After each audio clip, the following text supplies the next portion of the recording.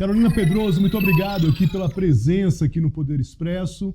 Começo perguntando, professora, o que a senhora espera das eleições venezuelanas deste domingo? Uhum. Bom, eu agradeço o convite. Essas eleições são decisivas, né? Eu diria que de todo esse período, desde que o Chávez chegou ao poder, há 25 anos, são as eleições mais incertas e provavelmente mais conflitivas, né, que o país já passou. Não exatamente esse cenário de incerteza é o que chama mais atenção, pelo fato de que o Maduro já está há 11 anos no poder, né? Uma série de processos, né, foram acontecendo para criar uma certa hegemonia do chavismo, mas o país está mergulhado há mais de uma década numa profunda crise econômica, social, migratória, e pela primeira vez a oposição chega numa eleição com condições reais de ganhar, né? Então a gente espera que domingo vai ser realmente um dia muito decisivo para os próximos meses, né? Lembrando que a eleição se dá em julho, mas a posse só acontece em janeiro de 2025. Então a gente tem 6 meses aí pela frente para compreender como é que vai se dar esse processo de transição política, seja ele, né, pela via da reconfirmação do Maduro enquanto presidente, seja ele por uma possível mudança política. Ambos os cenários, para mim, estabelecem, né, pelo que a gente consegue ver dos discursos e do clima político no país, vão ser necessários aí cuidados nessa transição política, porque o clima está bastante quente entre as duas partes. Pois é, Carolina, o que a gente percebe é que, na verdade, pela primeira vez, talvez, aí durante esses 25 anos, como você bem estabelece, é a primeira vez que, de fato, se tem um olhar mais, com a tentativa de se olhar um pouco mais claramente esses movimentos da própria gestão Maduro. E que eu queria fazer aqui, tentar estabelecer dois cenários. Evidentemente que você vai dizer, poxa, Léo, eu não tenho bola de cristal aqui para saber exatamente o que vai acontecer. Mas pelas informações, pelos estudos, a gente consegue criar algumas expectativas em relação a esses cenários. Né? A gente, que eu falo, você, evidentemente, a senhora, evidentemente. Vamos lá, primeiro cenário. Maduro ganha, um cenário ideal, onde minimamente se tenha uma chancela de alguns países, não de todos, a gente sabe que os Estados Unidos possivelmente vão dizer que as eleições não foram as eleições tranquilas e tudo mais, mas imagine-se que se tenha uma eleição de Maduro onde se tem algumas chancelas, como por exemplo do governo brasileiro, que é importante do ponto de vista, pelo menos, na América Latina.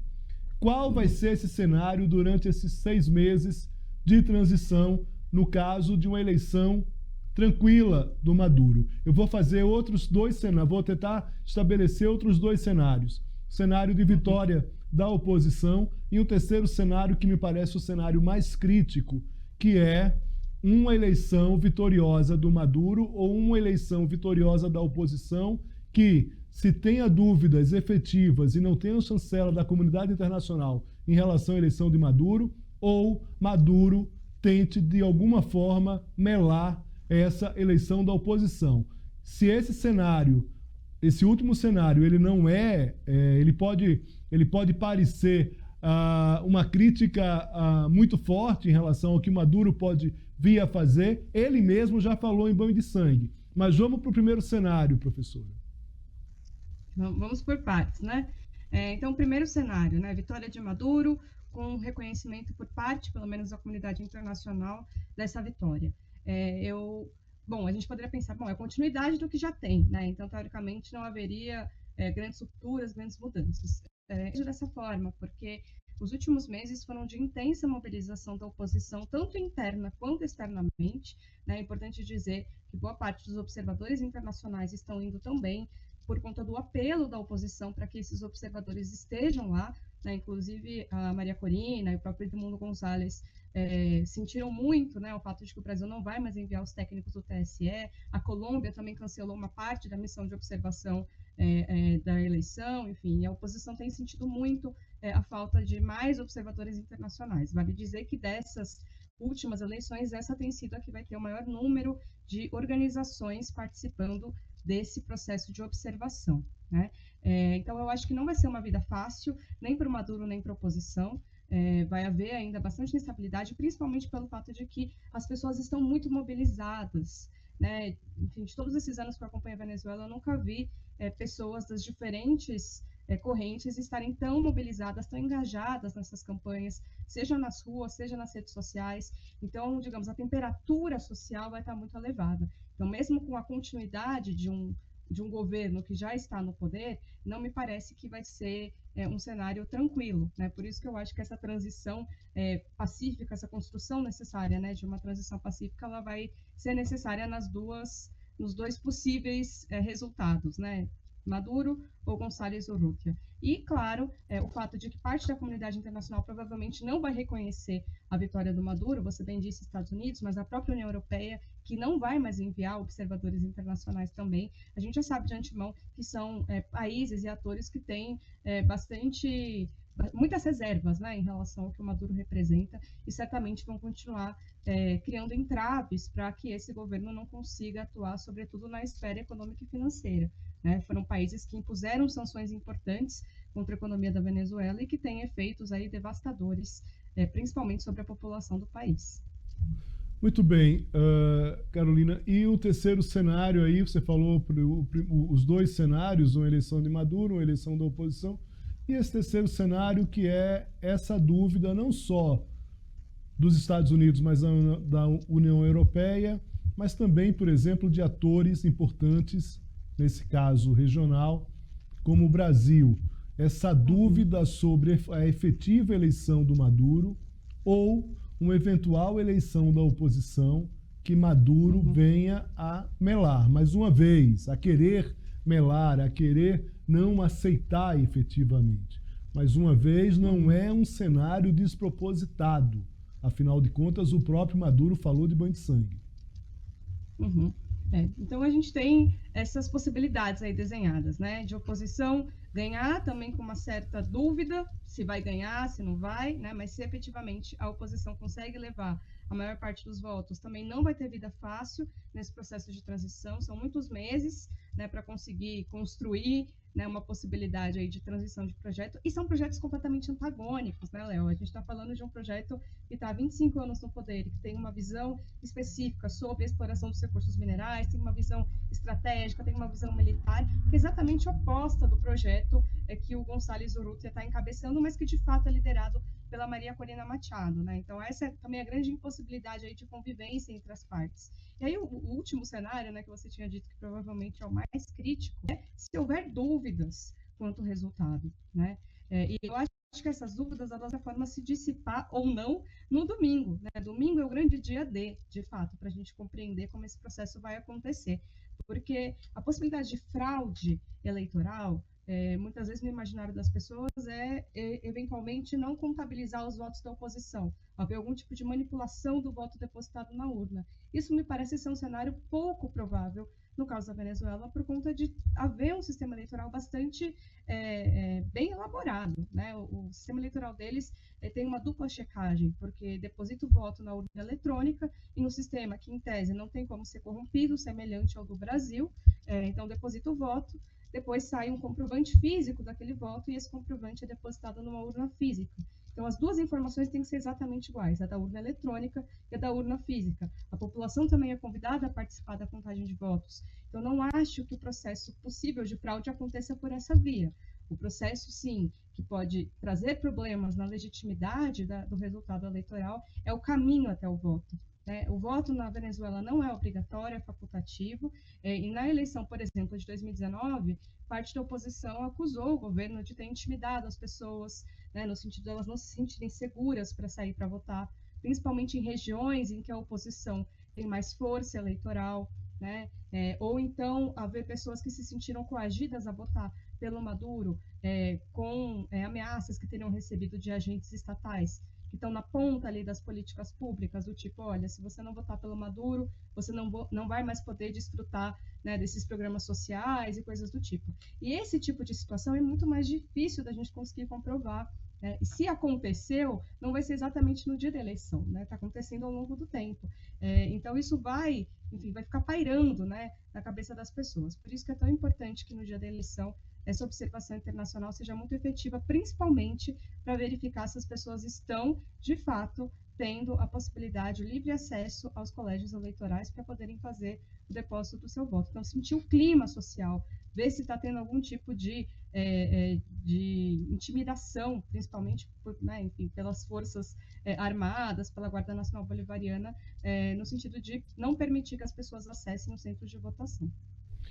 Carolina, tem uma questão que me intriga muito na Venezuela, que é essa questão das pesquisas eleitorais, né? Porque sempre existe meio que uma unanimidade em relação a alguns observadores aos observadores da Venezuela, que o processo eleitoral venezuelano ele é íntegro do ponto de vista da checagem. Uhum. Daqui, sinceramente, eu tenho cá minhas dúvidas, sabe? Claro que isso não, os analistas mais próximos da Venezuela não falam isso. Você acabou de também falar que tem uma integridade. Mas quando a gente tem uma dificuldade de transparência, quando os próprios analistas, conversei aqui, tentei conversar, a gente vem falando ao longo da semana com alguns analistas, tem analistas brasileiros que não querem falar com a Venezuela, mesmo tendo pesquisado a Venezuela. É muito curioso isso. Não sei se por conta de uma questão aí, também em determinado momento ideológica, não sei do que se trata, mas há uma dificuldade muito clara. São poucos pesquisadores como você que coloca aqui a cara para falar sobre a Venezuela, porque tem uma dificuldade muito grande. As pessoas não querem, tem vários pesquisadores que atuaram, que trabalharam na Venezuela, que não querem falar sobre a Venezuela.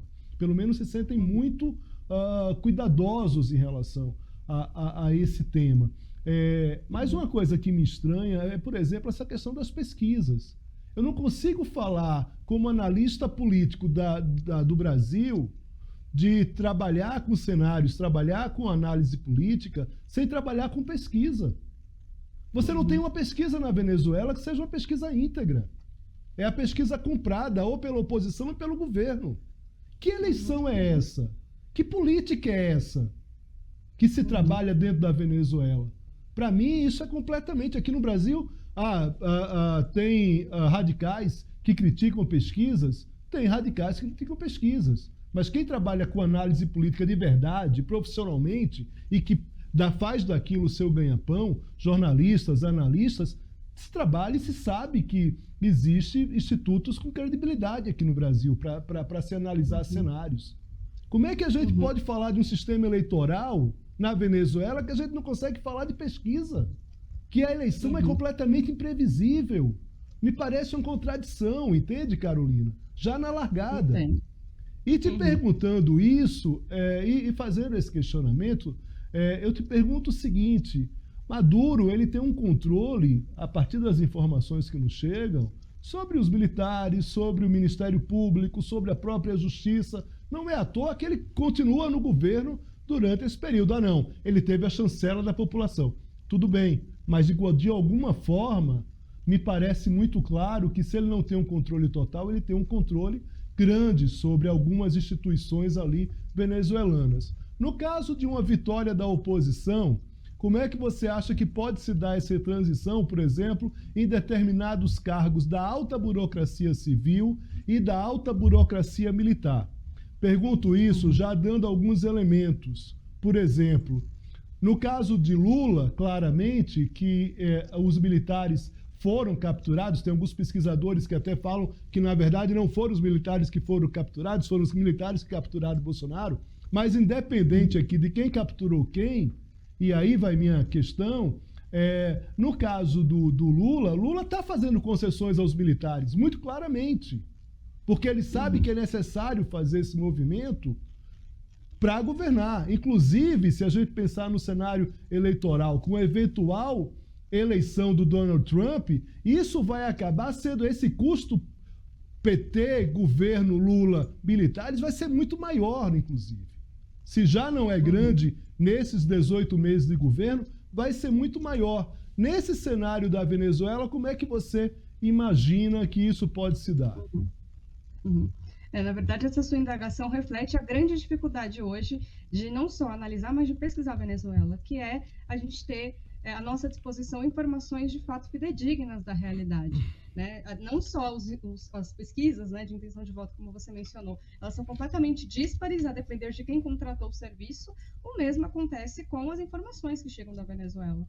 Né? Tanto de um lado quanto de um outro. Né? A gente percebe, e acho que assim, isso é só uma expressão do nível tal que chegou de polarização política e de incompatibilidade, de impossibilidade de convivência entre esses dois projetos que estão disputando o poder hoje. E esse da questão, quando você traz, né, esse controle que foi construído ao longo dos anos, primeiro por Chávez, mas de maneira mais evidente por Maduro, agora nesses últimos 11 anos, sobre os outros poderes além do executivo, sobre essa hegemonia, sobre essa visão de mundo, né, que prevaleceu e que domina, né, toda a máquina pública na Venezuela e se reflete claramente nas Forças Armadas. Eu também tenho minhas dúvidas se é o Maduro que controla as Forças Armadas ou se ele é controlado por elas, mas de toda forma é impossível a gente pensar numa possibilidade de mudança política sem passar por algum grau, e eu não sei nem dizer exatamente qual seria o verbo correto, né, de algum grau de cooptação, algum grau de conciliação com as Forças Armadas, que estão muito alinhadas, eu não vou dizer nem com Maduro, com o projeto que ele representa. Né? A doutrina militar das Forças Armadas na Venezuela é muito ligada a uma visão muito nacionalista, a uma visão de proteção dos recursos minerais e petroleiros, lembrando que é o país com as maiores reservas de petróleo do mundo, de interesses estrangeiros, principalmente Unidos e de outras potências ocidentais. Então vai ser muito difícil se a oposição ganhar e tiver que lidar com essa burocracia estatal que já está bastante impregnada, digamos, dessa visão de mundo, né? Porque são projetos opostos. Se você for pegar o Edmundo Gonçalves, ele não apresentou plano de governo até agora. Essa é outra coisa que nos causa estranheza também. A gente não sabe se as pesquisas são fiéis à realidade, não há plano de governo por parte da oposição, ele só vai lançar o plano depois, se ganhar. Mas a Maria Corina sempre teve uma plataforma política de privatização, tanto dos recursos minerais, né, da empresa estatal de petróleo, quanto do próprio funcionalismo público. Então, você percebe que, no limite, a gente está falando da sobrevivência política de cada um deles, né? Porque se o Maduro perde, cai com ele toda uma burocracia estatal, cai com ele toda uma visão que foi sendo construída ao longo de 25 anos e que tem também respaldo popular, apesar de todas as dificuldades, né, que esse processo engendrou ao longo do tempo. E do outro lado, a gente tem um projeto que quer exatamente destruir tudo isso, quer construir outra coisa, outro projeto de país. Basicamente, a gente está falando de uma eleição que vai definir qual que é o projeto de país que vai prevalecer e que o outro que perder é o projeto oposto, né, que não tem como conviver com aquele que vencer. Professora da Unifesp, muito obrigado aqui pela presença, pelas análises, pelas informações. Carolina, já fica aqui o convite para outras participações. Esse debate sobre Venezuela está apenas começando. Forte abraço para você, muito obrigado. Obrigada. Tchau, tchau.